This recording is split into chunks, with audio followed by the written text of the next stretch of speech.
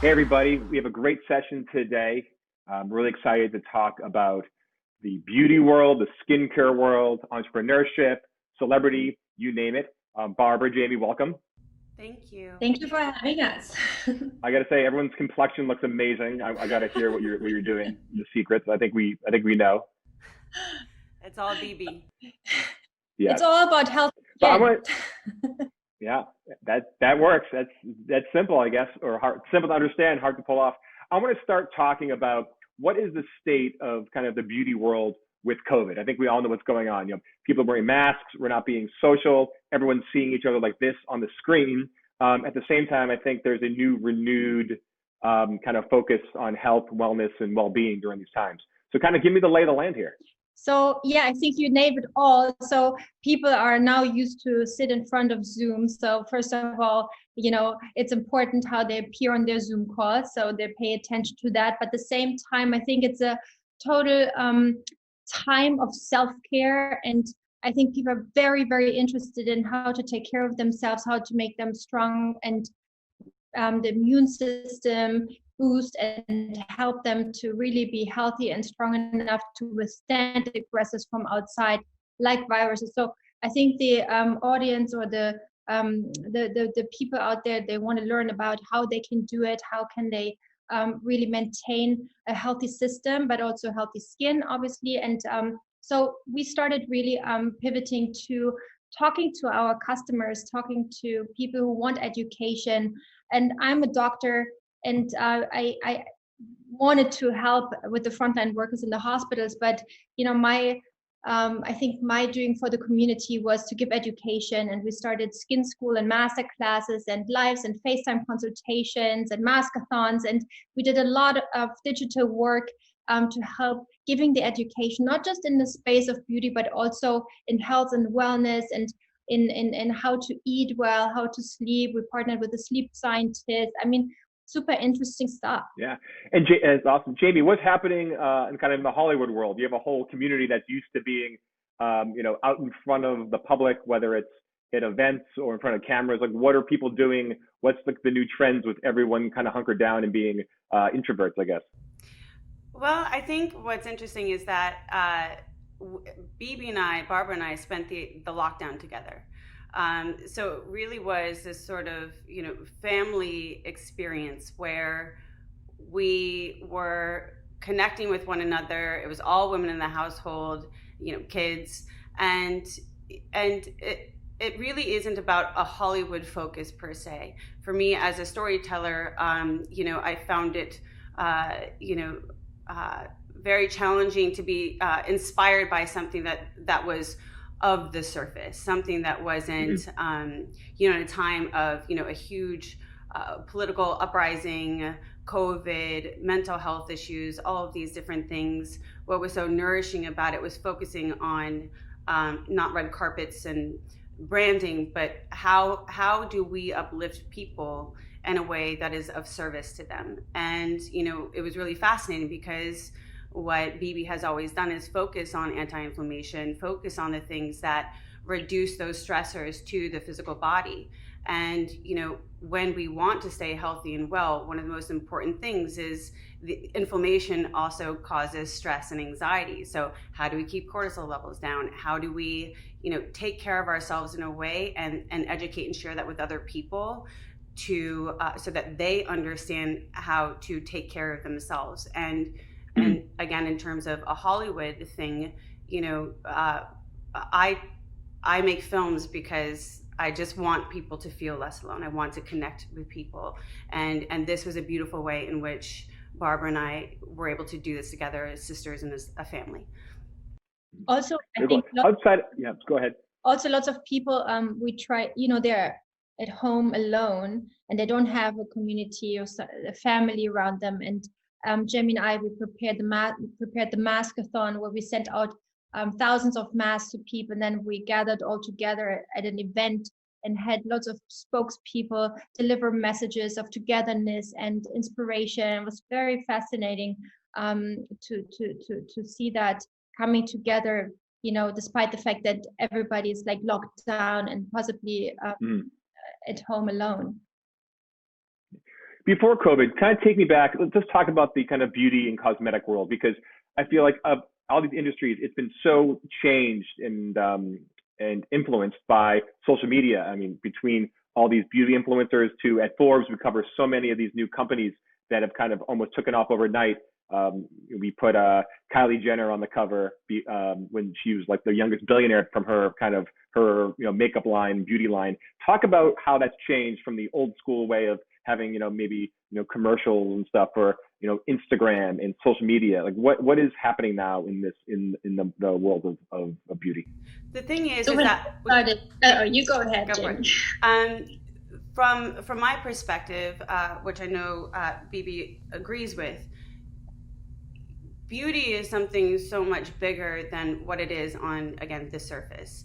And when we hit COVID, an economic collapse, protests, all of these deeply important issues, people don't want to be sold things that are not real and not true. I think that's always been the case. There's always an element of escapism, but for example, Barbara created the darker skin tones line 5 years ago.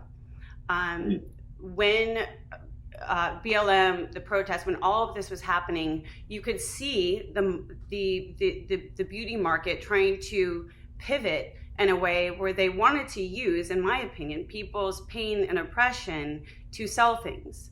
Barbara has been doing this for a very long time because she's a doctor. She genuinely wants to be of service to all people. And there was a time where the darker skin tones line was selling out everywhere online. And then yet these major stores wouldn't stock it on the shelves.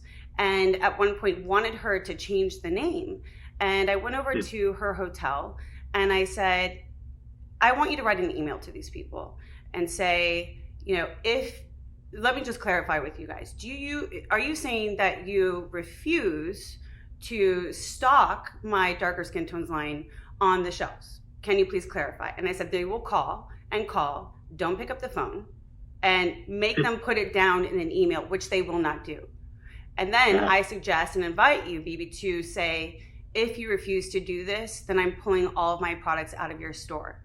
We are white women. It is our responsibility to make sure that anyone that is a minority is represented. And the only way that that can be done is if we use our voices and if we really hold that line. And she did that. And, then it was like the New York Times, the Washington Post, she's always been willing to stand by what she believes in, because it's not about the money. It's about being of service. It's about making sure that everyone has something that takes care of them. And so when we look at beauty trends, we can just toss all of that stuff out the window. People are dealing with trying to just pay their rent and feed their children right now. And so in terms of getting that message across, how do you reach your audience? How do you be authentic these days when you both mentioned, yes, there's a lot more things to worry about and people have so many more stresses, but at the same time, there is a need for self-care. And how does a company authentically get out there, authentically serve their communities? It has to be from the beginning. Yeah, it's your core belief system. It's your core belief system. BB and I we're best friends because we have the same core beliefs. We don't have to shift and turn around to catch a trend.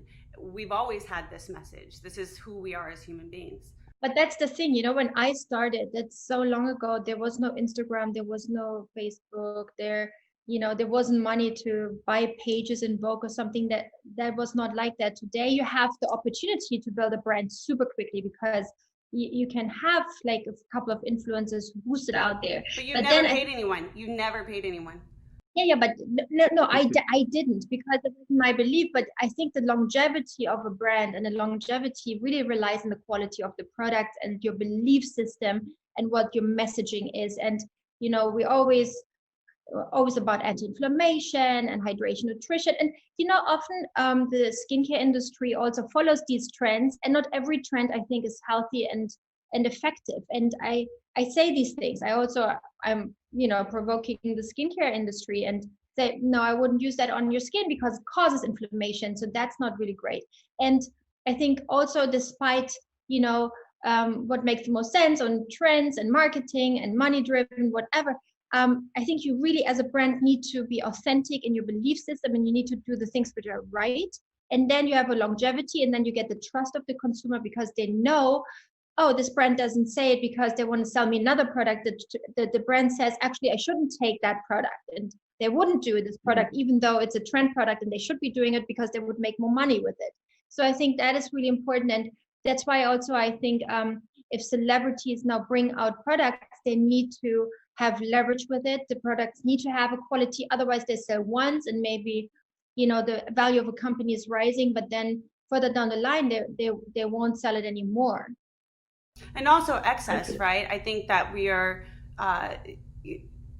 it's crude right now to see someone posting 20 million different products that they're getting for free when people are suffering. It's just not, it's not correct. To me, it's never been correct. But I think that's a really big part of it. And this is an international company. We have an international audience here today.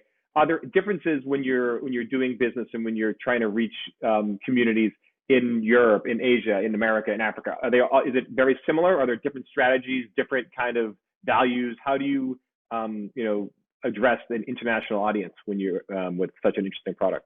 I think the addressing the international audience is in the way I create products. So as a doctor, I always wanted to help. So when people come to me with a problem, I will figure out how to help. When I started skincare, there were certain needs in the skincare world which I didn't address in the beginning, and I couldn't recommend any products which wasn't mine. So I created all the products needed for different skin needs, for different skin symptoms, different skin colors. So I created all these products. In the way of communication and marketing, there's no strategy. I think what's the really interesting thing right now, we're doing everything online. And if I do skin school, I invite the whole world to skin school so everybody can participate. It doesn't cost anything. And people come on for Q&A with me, and we have a conversation. They're coming from every country. If it's India or Middle East, or America, or Australia, they're coming on and they're so grateful that we're doing it. It's really nice. So there's no real strategy. Oh, this way I communicate in this country, and another way in another. I personally don't have this strategy. And it's unnecessary. It's unnecessary to do that. If you're coming from your heart and from your truth, it creates a sense of community, because we all just want to connect with one another. It's now more than ever, people need that kind of connection. But I think that people think that they need to strategize to sell a particular way.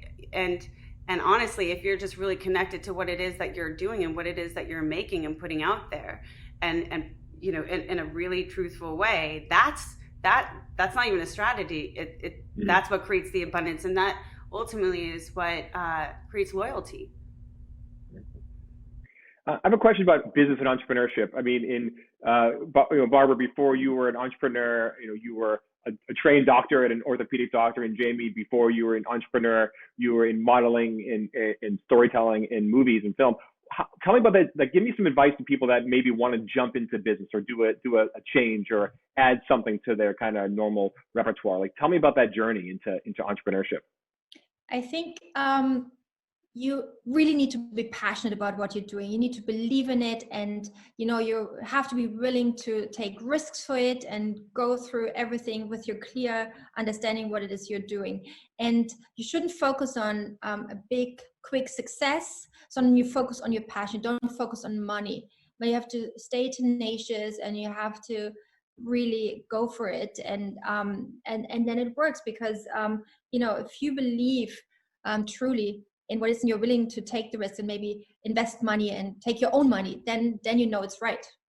Yeah, I always feel like the first step for people's, like the hardest. Like, Barbara, tell me, what was your first step? What was the first thing you did when you went from you're a practicing doctor to I'm going to start creating a product? Like, what was that first move, and what was that first product?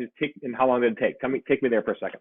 So I was an orthopedic doctor. I worked in an orthopedic clinic, and I helped pioneering a treatment where you take the blood, you process it in a certain way, recreate the proteins, and inject it in the joints to slow down aging process. I translated this into the skin and started something which is called vampire facial, blood facial, where you inject the blood into the skin. And at the same time, I really had problems with my skin, always dry and blackheads. So I had to create a product for myself. So I said, oh, I will do a gene cream.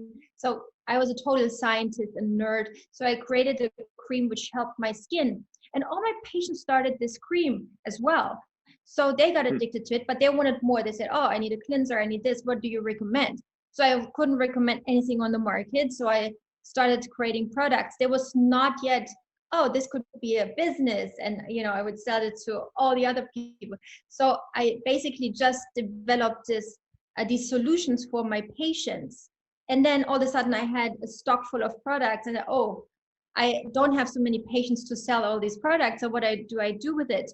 But obviously, I had to go to a bank, get some money. I didn't have an investor.